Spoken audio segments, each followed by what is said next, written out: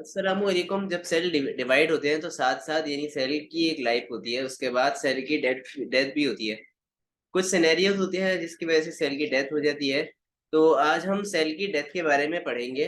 मैं हूं तला सलीम और मैं आपका बायोलॉजी इंस्ट्रक्टर वी ट्यूशन से, जो कि पाकिस्तान का पहला free of cost learning platform है। सो लेक्चर की तरफ हम चलते हैं और हम आज पढ़ेंगे सेल साइकिल का लेक्चर 2। ये चैप्टर 7 है, सेकेंड बायोलॉजी का और बॉटनी का चैप्टर है। अब इसके अंदर मैंने आपको पहले इंटरफेस के बारे में बता दिया था कि इंटरफेस क्या होती है। तो अब हम देखते हैं कि सेल डेथ क्या है। सेल डेथ बेसिकली ये है कि आपकी बॉडी में जब सेल्स डिवाइड हो रहे हैं तो साथ ही साथ सेल की डेथ भी हो रही है। यानी सेल एक खास वक्त तक ही जिंदा रहते हैं, उसके बाद क्या होता है उनमें डेथ भी आती है। अब डेथ जरूरी नहीं है कि ये इस तरीके से डेथ, यानी सेल वो बेसिकली डिवाइड हो जाते हैं कि जब उनकी एज लिमिट हो जाती है तो वो डॉटर सेल्स में डिवाइड हो जाते हैं। अब उसके अलावा क्या है कि सेल की जो प्रॉपर एक डेथ यानी जिसे कहते हैं, तो डेथ होती है दो सिनेरियोज की वजह से। या तो ये कि अगर कोई इंजरी वगैरह हो जाए, यानी आपके अगर बॉडी पे कट लग जाता है तो उस जख्म की वजह से क्या होता है कि खून बहना शुरू हो गया, तो उस जगह के सेल्स डैमेज हो गए या कोई भी इंजरी की वजह से, तो इस तरीके से भी सेल की डेथ हो जाती है। या फिर सेल की प्री प्रोग्राम डेथ भी होती है। प्री प्रोग्राम का मतलब ये है कि कोई सेल आपकी बॉडी के लिए हार्मफुल है तो उसकी डेथ जो है वो फिर आपकी बॉडी कमांड करती है कि इस सेल को डिस्ट्रॉय किया जाए। अब ये दो प्रोसेस है, नेक्रोसिस एंड एपोप्टोसिस। नेक्रोसिस जो है इसे कहते हैं death of a cell due to an injury, जैसा कि मैंने आपको अभी बताया। और एपोप्टोसिस होती है प्री प्रोग्राम्ड सेल डेथ। अब नेक्रोसिस में क्या है कि कई सारे सेल्स इफेक्ट होते हैं। कोई भी इंजरी होती है तो इंजरी में सिर्फ एक सिंगल सेल तो डैमेज नहीं होता या नुकसान नहीं पहुंचता एक सेल को, बल्कि मल्टीपल सेल्स को नुकसान पहुंचता है। जबकि एपोप्टोसिस में क्या है कि काफी सारे बहुत ही कम सेल्स इफेक्ट होते हैं। उसकी वजह ये है कि बहुत कम सेल्स है, यानी कि ऐसा नहीं है कि आपकी बॉडी में एक ही वक्त में सारे सेल्स या कई सारे सेल्स आपकी बॉडी में मसला आ जाए उनमें। तो कोई ऐसे मखसूस सेल्स हैं जिनमें कोई डिफेक्ट आ जाता है, तो उसको फिर उसके बाद फिर आपकी बॉडी कमांड भेजती है। अब नेक्रोसिस में इन्फ्लेमेशन होती है, क्योंकि आपने देखा है कि कोई भी इंजरी या कोई कट लगता है तो उसके बाद क्या है कि उस जगह वो जगह स्वेल होना शुरू हो जाती है। यानी उसे इन्फ्लेमेशन कहते हैं। जबकि एपोप्टोसिस में कोई इन्फ्लेमेटरी रिस्पॉन्स इन्वॉल्व नहीं होता। नेक्रोसिस जो है, नेक्रोसिस में सेलुलर स्वेलिंग होती है, सेल जो है वो अपना साइज इंक्रीज करता है। और एपोप्टोसिस में सेल की श्रिंकेज होती है, न्यूक्लियस के साथ सेल श्रिंक करता है। साथ ही साथ ये क्या, नेक्रोसिस में पोस्ट रिलेटेड डीएनए फ्रेगमेंटेशन, यानी बाद में डीएनए की फ्रेगमेंटेशन होती है और एपोप्टोसिस में पहले है। Caspase independent pathway. अच्छा, कैस्पेज जो है वो एक पूरे साइकिल है जिसमें एंजाइम्स इन्वॉल्व है, एंजाइम्स प्रोटीन।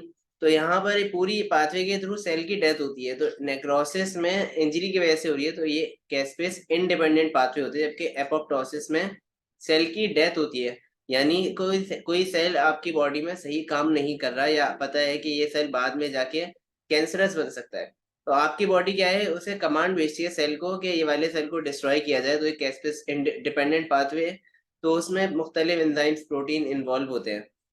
अब नेक्रोसिस में क्या है कि नेक्रोसिस में कोई स्पेसिफिक सेट ऑफ जीन की एक्टिवेशन नहीं होती है, कि उसमें होती है क्योंकि उसमें डिस्ट्रॉय करना है। अब इसकी एक एग्जांपल ये है कि नेक्रोसिस में तो वही इंजरी की वजह से हो जाए। एपोप्टोसिस में कैंसर सेल है उसकी डेथ, बेसिकली आपकी बॉडी में यानी कुछ ऐसे सेल्स भी आ जाते हैं कैंसरस सेल, तो आपकी बॉडी इनसे फाइट करती है। फाइट करने के लिए क्या है कि अब आपकी बॉडी को ये तो पता है कि ये सेल कैंसरस में तब्दील होने वाला है, तो पहले ही उसको कमांड भेजिए कि ये सेल अपने आप को डिस्ट्रॉय कर ले। तो उसके बाद क्या होता है कि सेल जो है अपने आप को डिस्ट्रॉय कर लेता है। उसकी जैसे यहाँ पे ये देखेंगे, ये एपोप्टोसिस की डायग्राम में ये सेल है, सेल्यूलर यहाँ पे श्रिंकेज हुई और उसके बाद सेल ने अपने आप को डिस्ट्रॉय कर दिया, लिटिक एक्टिविटी हो गई। और अब क्या है कि मैक्रोफेजेस इन पार्ट्स को इंगल्फ कर लेते हैं। अच्छा, अब क्या है कि नेक्रोसिस जो मैंने कहा, एपोप्टोसिस मैंने कहा कि प्री प्रोग्राम, तो जरूरी नहीं है कि एपोप्टोसिस हमेशा नुकसानदेह ही हो या ये कि हमेशा अनफेवरेबल के हिसाब से ही हो। एपोप्टोसिस का आपकी बॉडी में यानी कोई फायदा भी है, यानी सेल डेथ आपकी बॉडी में फायदेमंद भी होती है इस तरीके से कि एम्ब्रियोनिक डेवलपमेंट में जब आपकी बॉडी डेवलप होना शुरू होती है, जाइगोट के बाद एम्ब्रियो बना, तो अब एमब्रियो में क्या है कि ये जो आप फिंगर्स देखते हैं तो आपकी पूरी उंगलियां वगैरह सारी आपस में जुड़ी हुई होती हैं। इनके बीच में यहाँ पे ये जो आपको गैप्स नजर आ रहे हैं, यहाँ पे सेल्स मौजूद होते हैं।